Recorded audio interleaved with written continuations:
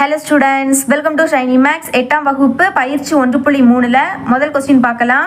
-5/7 மற்றும் 8/9 ஆகிய விகிதமுறு எண்களுக்கு கூட்டல் மற்றும் பெருக்கலுக்கான அடைவு பண்பினை சரிபார்க்கவும். நமக்கு இங்கே 2 விகிதமுறு எண் கொடுத்துருக்காங்க. இப்போ கூட்டல் மற்றும் பெருக்கலுக்கான அடைவு பண்பை நம்ம சரிபார்க்கணும். சரிங்களா? ஃபர்ஸ்ட் தந்திருக்கக்கூடிய முதல் விகிதமுறு எண்ணை ஏன்னு எடுத்துக்கலாம். A = -5/7. இனி ரெண்டாவது உள்ளதை பின்னு எடுத்துக்கிறேன். அப்போ 8/9. முதல் கூட்டலுக்கான அடைவு பண்பை சரிபார்க்கலாம். அதை தான் எழுதியிருக்கேன். கூட்டலுக்கான அடைவு பண்பு. கூட்டலுக்கான அடைவு பண்பு என்னன்னா, முதல் A கூட்டல்னால நடுவில் கூட்டல், அடுத்து என்னது B. அதாவது என்னன்னா, இப்போ 2 விகிதமுறு எண்களை கூட்டும் போது கிடைக்கக்கூடிய ஆன்சரும் விகிதமுறு எண்ணாக தான் இருக்கணும். விகிதமுறு எண்ணுன்னா தெரியும் இல்லையா? A/B. இப்படி பைக்கு மேலேயும் கீழே நம்பர்ஸ் இருக்கணும். ஆனால் எப்போவுமே பைக்கை கீழே 0 வரக்கூடாது. 0 வந்துன்னா இன்ஃபினிட்டிவாக மாறிடும். சரிங்களா? ஓகே, இப்போ மதிப்பை பிரதியிடலாம். ஏயோட மதிப்பு -5/7, நடுவில் கூட்டல். பியோட மதிப்பு 8/9. இப்போ நடுவில் கூட்டல் இருக்குது, பகுதி சேமா இல்லை. அப்போ குறுக்கு பெருக்கல் பெருக்கிடலாம். 9ஐயும் 5ஐயும் பெருக்குங்க. ஒரு மைனஸ் 9ஐயும் 5ஐயும் பெருக்குனா 45, நடுவில் கூட்டல். இனி 7ஐயும் 8ஐயும் பெருக்குங்க. 7 8 56. அப்புறவு கீழே இருக்கக்கூடிய 2ஐயும் பெருக்கணும். 7 9 63. இப்போ பாருங்கள், மேலே ஒரு மைனஸ், அப்போ கழிக்கணும். 56ல் இருந்து 45 கழிச்சா 11. பெரிய நம்பர் 56, அதோட குறியீடு ப்ளஸ்னால் எந்த குறியீடுமே போடாண்டாம். இனி கீழே 63 இருக்குது. இப்போ பார்த்தீங்களா, கிடச்சிருக்கக்கூடிய ஆன்சரும் என்னது? விகிதமுறு எண். மேலேயும் கீழே நம்பர்ஸ் இருக்குது பார்த்தீங்களா? அப்போ இது விகிதமுறு எண். விகிதமுறு எண்ணுன்னா க்யூன்னு எழுதிக்கலாம். 11/63 ஆனது க்யூவில் உள்ளது. க்யூனா விகிதமுறு எண் தான். சரிங்களா? இப்படி எழுதிருங்க. நம்மளுக்கு கிடைச்சிருக்கக்கூடிய ஆன்சர் ஒரு விகிதமுறு எண்ணால் தேர்ஃபோர் கூட்டலுக்கான அடைவு பண்பினை நிறைவு செய்கிறது. நம்மளுக்கு கொஸ்டினில் அடைவு பண்பை சரிபார்க்க கொடுத்துருந்தாங்க. அதனால் ஃபைனலாக நிறைவு செய்கிறதுன்னு எழுதிக்கணும். சரிங்களா? இனி அடுத்து என்னது? பெருக்கலுக்கான அடைவு பண்பை சரிபார்க்கலாம். அதை தான் எழுதியிருக்கேன். பெருக்கலுக்கான அடைவு பண்பு. கூட்டலுக்கான அடைவு பண்புனா நடுவில் கூட்டல் போட்டோம். பெருக்கலுக்கான அடைவு பண்புனா நடுவில் பெருக்கல் போடணும். சரிங்களா? இப்போ ஏயோட மதிப்பு என்னது? -5/7, நடுவில் பெருக்கல். பியோட மதிப்பு 8/9. பெருக்கல்னா கேன்சல் பண்ண முடியும்னா கேன்சல் பண்ணலாம், ஆனால் இங்கே கேன்சல் பண்ண முடியாது. அப்போ மேலே இருக்கக்கூடியதை பெருக்கிடலாம். ஒரு மைனஸ்னா அப்படியே வந்துடும். இனி 5ஐயும் 8ஐயும் பெருக்கினா என்ன கிடைக்கும்? I8 40. கீழே உள்ளதை பெருக்குங்க. 7 9 63. இப்போ கிடைச்சிருக்கக்கூடிய ஆன்சரும் என்னது? விகிதமுறு எண். அப்போ -40/63 ஆனது க்யூவில் உள்ளது. அதாவது விகிதமுறு எண்ணாக இருக்குது. அப்போ ஃபைனலாக தேர்ஃபோர் பெருக்கலுக்கான அடைவு பண்பினை நிறைவு செய்கிறது. இப்படி எழுதிருங்க. சரிங்களா? இவ்வளோ தான் இந்த சம். ரெண்டாவது கொஸ்டின், -10/11 மற்றும் -8/33 ஆகிய விகிதமுறு எண்களுக்கு கூட்டல் மற்றும் பெருக்கலுக்கான பரிமாற்று பண்பினை சரிபார்க்கவும். இங்கே நம்மளுக்கு பரிமாற்று பண்பு. போன சம்மில் அடைவு பண்பு. அடைவு பண்புனா என்னன்னா, இப்போ கூட்டலுக்கான அடைவு பண்புனா நடுவில் கூட்டல். சரிங்களா? இப்போ 2 விகிதமுறு எண்ணை கூட்டும் போது நம்மளுக்கு கிடைக்கக்கூடிய ஆன்சரும் விகிதமுறு எண்ணாக இருக்கணும். அதுதான் அடைவு பண்பு. இது பரிமாற்று பண்புனா நம்ம A கூட்டல் பியும் கண்டுபிடிப்போம். இனி மாற்றி கண்டுபிடிக்கணும். B கூட்டல் ஏயும் கண்டுபிடிப்போம். 2 மதிப்புமே சமமாக இருக்கணும். அதுதான் பரிமாற்று பண்பு. ஓகே, ஃபஸ்ட்டு தந்திருக்கக்கூடிய முதல் மதிப்பை ஏன்னு எடுத்துக்கலாம். -10/11. ரெண்டாவது தந்திருக்கதை பின்னு எடுத்துக்கலாம். -8/33. இதை எடுத்து எழுதிட்டேன். ஃபஸ்ட்டு நம்ம கூட்டலுக்கான பரிமாற்று பண்பை சால்வ் பண்ணலாம். ஓகே, கூட்டலுக்கான பரிமாற்று பண்பு என்னன்னா, A கூட்டல் B. கூட்டல்னால நடுவில் கூட்டல். இனி மாற்றி எழுதணும். B கூட்டல் A. இந்த மாதிரி 2 மதிப்புமே நம்மளுக்கு சமமாக வரணும். ஃபஸ்ட்டு இதை சால்வ் பண்ணலாம். இது வந்து இடது பக்கம். அப்போ இடது பக்கம்னு எழுதிக்கிட்டு இடது பக்கத்தில் என்னது இருக்குது? A கூட்டல் B. மதிப்பை பிரதியிடலாமா? ஏயோட மதிப்பு -10/11, நடுவில் கூட்டல். இனி பியோட மதிப்பு -8/33. மைனஸில் இருக்கிறதுனால ப்ராக்கெட்டுக்குள்ளே எழுதிக்கலாம். -8/33. ஃபஸ்ட்டு என்ன பண்ணணும்னா இந்த ப்ராக்கெட்டை நீக்கணும். சரிங்களா? அப்போ -10/11 அதுக்கு நீங்கள் பெருக்கணும். ப்ளஸ்ஸையும் மைனஸையும் பெருக்குனா மைனஸ். பெருக்கும் போது ஒரு மைனஸ்னால் அது அப்படியே வந்துடும். இனி 8/33 எடுத்து எழுதிருங்க. இங்கே நீங்கள் குறுக்கு பெருக்கலும் பெருக்கலாம். நான் இங்கே பகுதியை சேமாக்க போகிறேன். அதுக்கு -10/11. இப்போ பாருங்கள், இங்கே 33 இருக்கா? 11 நான் 3ஆல் பெருக்கிட்டேன்னா எனக்கு 33 மாறும். அப்போ கீழே 3ஆல் பெருக்குங்க. கீழே 3ஆல் பெருக்கினீங்கன்னா மேலேயே மறக்காமல் 3ஆல் பெருக்கணும். இனி அங்கே என்னது இருக்குது? 8/33. அது அப்படியே இருக்கட்டு. இனி இங்கே ஒரு மைனஸ். 10ஐயும் 3ஐயும் பெருக்குனா 30. இனி 11ஐயும் 3ஐயும் பெருக்குனா 33. இந்த சைடு -8/33. இப்போ நம்மளுக்கு பகுதி சேம் ஆயிடுச்சா, அதனால அது ஒரு வாட்டி எழுதிருங்க. பகுதி சேமா இருக்கனால மேலே இருக்கிறத அப்படியே சால்வ் பண்ணலாம். இங்கே ரெண்டுமே மைனஸ், கூட்டும் போது 2 மைனஸ்னா மைனஸ் குறியீடை போட்டு அதை கூட்டிருங்க. 30 8 கூட்டினா 38. இதை நான் சமன்பாடு 1ன்னு வச்சுக்கிறேன். இனி அடுத்த வலது பக்கத்தை சால்வ் பண்ணலாம். அப்போ வலது பக்கம் அப்படின்னு எழுதிக்கிட்டு வலது பக்கத்தில் என்னது இருக்கு, பி கூட்டல் ஏ. பியோட மதிப்பு -8/33. அடுத்த கூட்டல் ஏயோட மதிப்பு -10/11. மைனஸ்னால பிராக்கெட்டுக்குள்ளே எழுதிக்கலாம். இப்போ -8/33 ப்ளஸ்ஸையும் மைனஸையும் பெருக்குனா -10/11. இப்போ பகுதியை சேமாக்கலாமா, 11 3ஆல் பெருக்குனா 33 மாறும். அப்போ மேலேயே 3ஆல் பெருக்கிருங்க. அடுத்த -8/33 அப்படியே வந்துடும். அடுத்த -10ஐயும் 3ஐயும் பெருக்குனா 30, 11ஐயும் 3ஐயும் பெருக்குனா 33. பகுதி சேம் ஆயிடுச்சா, ஒரு வாட்டி எழுதிருங்க. இப்போ மேலே இருக்கிறத சால்வ் பண்ணலாம். ரெண்டுமே மைனஸ்னா மைனஸ் போட்டு கூட்டணும். 8ஐயும் 30ஐயும் கூட்டுனா 38. இதை சமன்பாடு 2ன்னு வச்சுக்கலாம். இப்போ சமன்பாடு 1ம் சமன்பாடு 2ம் இந்த 2 மதிப்பும் சேமாக இருக்குது. அப்போ எழுதிக்கலாமா, therefore ஏ கூட்டல் பி பரிமாற்று பண்பு எழுதிக்கணும். அடுத்த பி கூட்டல் ஏ இந்த 2 மதிப்பு என்ன வந்திருக்கு, -38/33 வந்திருக்கு.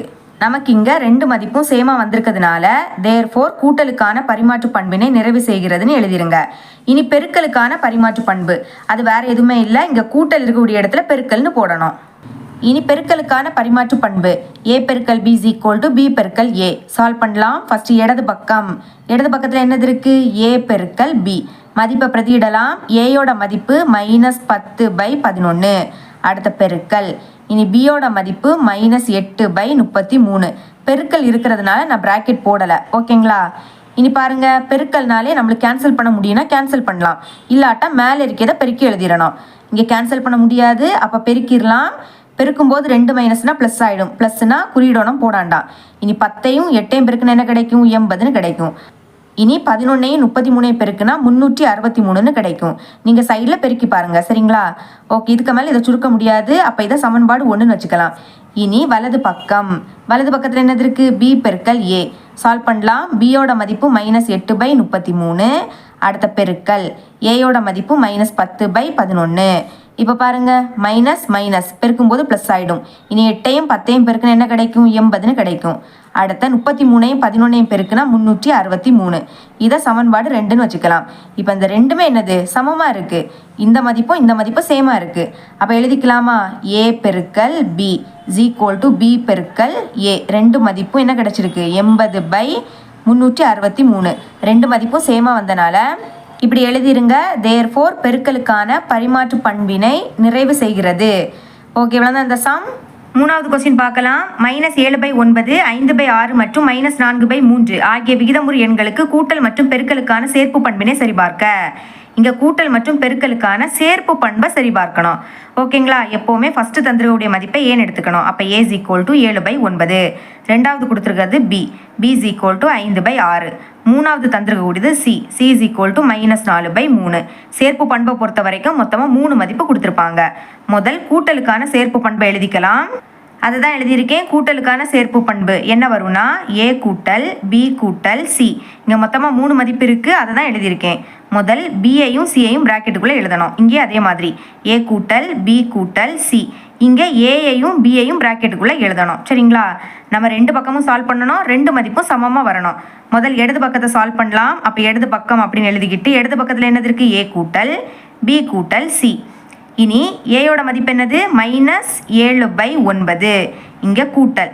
அடுத்த பிராக்கெட் பியோட மதிப்பு 5/6 கூட்டல் சியோட மதிப்பில் மைனஸ் இருக்குது, அப்போ அதை பிராக்கெட்டுக்குள்ளே எழுதணும். -4/3, சரிங்களா. எப்போவுமே பிராக்கெட்டுக்குள்ளே இருக்கிறத முதல் சால்வ் பண்ணணும். அப்போது -7/9 அப்படியே வந்துடும். கூட்டல் இங்கே 5/6. ஃபஸ்ட்டு இந்த ப்ராக்கெட்டை நீக்கிடலாம். அதுக்கு ப்ளஸ்ஸையும் மைனஸையும் பெருக்கணும். பெருக்கும்போது ஒரு மைனஸ்னால் அது அப்படியே வந்துடும். -4/3. இனி அடுத்த -7/9 கூட்டல் இந்த ப்ராக்கெட்டை சுருக்க போகிறோம். பாருங்கள், நடுவில் மைனஸ், பகுதி சேமாக இல்லை, அப்போ நம்ம சேமாக மாற்றலாமா. இங்கே 6 இருக்குது, 3 வந்து 2ஆல் பெருக்குன்னா 6ஆக மாறும். அதே மாதிரி மேலேயும் 2ஆல் பெருக்கிடுங்க. ஓகே, இப்போ 5/6 மைனஸ் 4 2 பெருக்குன்னா 8, 3 2 பெருக்குன்னா 6. இனி -7/9 கூட்டல் இங்கே பகுதி சேம் ஆயிடுச்சா, அப்போ அதை ஒரு வாட்டி எழுதிருங்க. பகுதி சேமாக மாறிடுச்சுன்னா மேலே இருக்கிறத அப்படியே சால்வ் பண்ணலாம். ஒரு மைனஸ் அப்போ கழிக்கணும். 8ல் இருந்து 5 கழிச்சா 3. பெரிய நம்பர் என்னது 8, அதோட குறியீடு மைனஸ். மைனஸ்னால இதை ப்ராக்கெட்டுக்குள்ளே எழுதலாம். இனி அடுத்த -7/9 ப்ளஸ்ஸே மைனஸையும் பெருக்குனா மைனஸ் 3/6. இங்கே பகுதியை சேமாக்க முடியாது, அதனால குறுக்கு பெருக்கல் பெருக்கிடலாம். சரிங்களா? 6ஐயும் 7ஐயும் பெருக்கணும், அதுக்கு முன்னாடி ஒரு மைனஸ். 6 7 42, நடுவில் மைனஸ். இனி 9ஐயும் 3ஐயும் பெருக்குனா 27 டிவைடட் பை, இனி கீழே இருக்கக்கூடிய 9ஐயும் 6ஐயும் பெருக்குனா 54. நமக்கு இப்போ மேலே ரெண்டுமே மைனஸ். அப்போ என்ன பண்ணணும்? மைனஸ் குறியீடை போட்டு கூட்டணும். ரெண்டுமே மைனஸ்னால் மைனஸ் குறியீடை போட்டு கூட்டணும். கூட்டுங்க. 2ஐயும் 7ஐயும் கூட்டினா 9, 4ஐயும் 2ஐயும் கூட்டினா 6, கீழே 54. இப்போ இது ரெண்டுமே 3ஆம் வாய்ப்படி கேன்சல் ஆகும். 6 இருக்குது, அப்போ ஈர் 3 6. அடுத்து 9 இருக்குது, 3 3 9. இங்கே ஓர் 3 3. அடுத்த 5ல் இருந்து 3 கழிச்சா 2. இப்போ இது 24 மாறுமா? அப்போ 8 3 24. இதுக்கு மேலே கேன்சல் பண்ண முடியாது. அப்போ மைனஸ் இருக்குது, மேலே 23, கீழே 18. இப்போ இதை சமன்பாடு 1ன்னு வச்சுக்கலாம். இனி அடுத்த வலது பக்கத்தை சால்வ் பண்ண போகிறேன். அப்போ எழுதிக்கலாம். வலது பக்கம் அப்படின்னு எழுதிக்கிட்டு வலது பக்கத்தில் இருக்கிறத எடுத்து எழுதிருங்க. a கூட்டல் b, அடுத்த கூட்டல் c. மதிப்பை பிரதியிடலாம். ஏயோட மதிப்பு என்னது? -7/9 கூட்டல். இனி பியோட மதிப்பு 5/6. அடுத்த கூட்டல். சியோட மதிப்பு -4/3. -4 பிராக்கெட்டுக்குள்ளே எழுதிக்கிட்டேன்.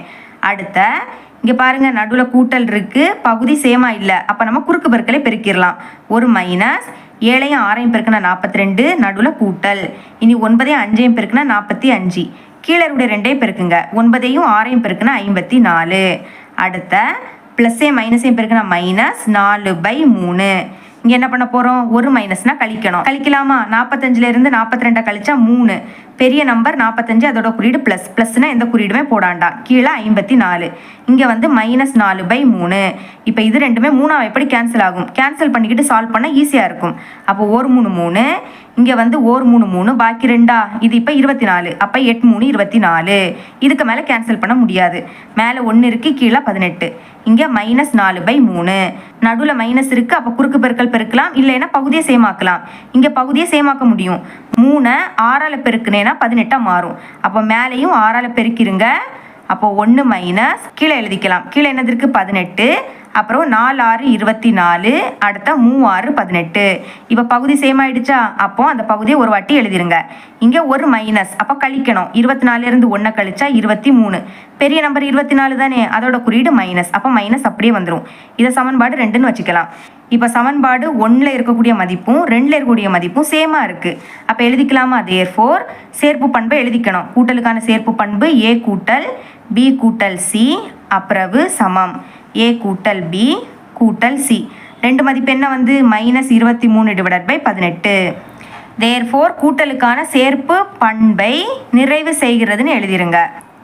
சரிங்களா? இனி பெருக்கலுக்கான சேர்ப்பு பண்பு வேற எதுவுமே இல்லை. கூட்டல் இருக்கக்கூடிய பிளேஸ்ல எல்லாம் பெருக்கல் போட்டு எழுதிக்க போறோம். இனி பெருக்கலுக்கான சேர்ப்பு பண்பு. சரிங்களா? அங்க கூட்டலுக்கான சேர்ப்பு பண்புல எங்கெல்லாம் கூட்டல் எழுதணுமோ இங்க பெருக்கல் எழுதியிருக்கோம். அவ்வளவுதான். இப்போ இடது பக்கத்தை சால்வ் பண்ணலாம். அப்போ இடது பக்கம் எழுதிக்கிட்டு இடது பக்கத்தில் என்னது இருக்கு? a பெருக்கல் b பெருக்கல் c. இனி மதிப்பை பிரதியிடலாம். ஏயோட மதிப்பு -7/9 பெருக்கல். பியோட மதிப்பு 5/6 பெருக்கல். சியோட மதிப்பு -4/3. இதில் மைனஸ் இருக்கிறதுனால இதுக்கு தனியாக ப்ராக்கெட் போட்டுருங்க. ஓகே, நீ அடுத்த -7/9 ஃபர்ஸ்ட் ப்ராக்கெட்டுக்குள்ளே இருக்க தான் சால்வ் பண்ணணும். அப்புறம் பெருக்கல். இனி சால்வ் பண்ணலாமா? பாருங்க, நடுவில் பெருக்கல்னா கேன்சல் பண்ண முடியும்னா கேன்சல் பண்ணலாம். இங்கே 6 4, இது ரெண்டுமே 2ஆம் எப்படி கேன்சல் ஆகும். அப்போ 3 2 6, 2 4. இதுக்கு மேலே கேன்சல் பண்ண முடியாது. அப்போ பெருக்கல் இருக்கிறதுனால மேலே இருக்கக்கூடியதையும் மேலே இருக்கக்கூடியதையும் பெருக்கிடுங்க. ஒரு மைனஸ்னால் அது அப்படியே வந்துடும். இனி i2 10, அடுத்த 3 9.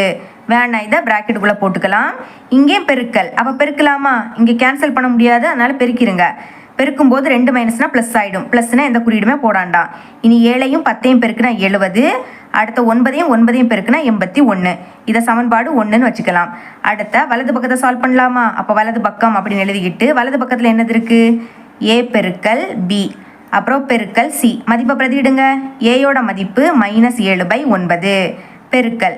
பியோட மதிப்பு 5/6. அடுத்த ப்ராக்கெட். இனி பெருக்கல். சியோட மதிப்பு -4/3. வேணா ப்ராக்கெட்டில் போட்டுக்கோங்க. ஓகே, இப்போ இதை கேன்சல் பண்ண முடியும்னா கேன்சல் பண்ணலாம். ஆனால் இங்கேயும் கேன்சல் பண்ண முடியாது. அப்போ பெருக்கிருங்க. ஒரு மைனஸ். 7 5 35. அடுத்த 9 6 பெருக்குனா 54. இங்கே என்ன வரும்? -4/3. இப்போ இங்கே நடுவில் பெருக்கல் கேன்சல் பண்ண முடியும்னா கேன்சல் பண்ணலாம். 54 4 இது ரெண்டுமே 2ஆம் வாய்ப்பாடு கேன்சல் ஆகும். அப்போ 2 4 5ல் 4 கழிச்சா 1. இது இப்போ என்ன ஆகிடும்? 14. அப்போ 7 2 14. இங்கே 2 4 இதுக்கு மேலே கேன்சல் பண்ண முடியாது. அப்போ பெருக்கிடலாம். இங்கே 2 மைனஸ் அப்போ ப்ளஸ் ஆகிடும். 35ஐயும் 2ஐயும் பெருக்குனா 70. அடுத்த 27ஐயும் 3ஐயும் பெருக்குனா 81. இதை இப்போ சமன்பாடு 2ன்னு வச்சுக்கலாம். இப்போ சமன்பாடு 1ம் சமன்பாடு 2ம் சேமாக இருக்குது பார்த்தீங்களா? அப்போ எழுதிருங்க. a பெருக்கல் b பெருக்கல் c is equal to a பெருக்கல் b பெருக்கல் c இஸ் ஈக்குவல் டு 70/81. ரெண்டு மதிப்பும் சேமாக வந்து இங்கே ரெண்டு சைடுமே சேமாக வந்தனால தேர்ஃபோர் பெருக்கலுக்கான சேர்ப்பு பண்பை நிறைவு செய்கிறது. இல்லாட்டா பெருக்கலுக்கான சேர்ப்பு பண்பு சரிபார்க்கப்பட்டது. இப்படி எழுதிருங்க. ஓகே, இவ்வளோ தான் இந்த சம். இனி அடுத்த சம் அடுத்த வீடியோவில் பார்க்கலாம். என்னோட டீச்சிங் உங்களுக்கு பிடிச்சிருந்துன்னா மறக்காமல் நம்ம சேனலை சப்ஸ்கிரைப் பண்ணி கூடவே பக்கத்தில் இருக்கிற பெல் ஐக்கனை கிளிக் பண்ணுங்கள். அப்போ தான் நம்ம அப்லோட் பண்ணுற வீடியோட நோட்டிஃபிகேஷன் உங்களுக்கு உடனே வரும். தேங்க்ஸ் ஃபார் வாட்சிங்.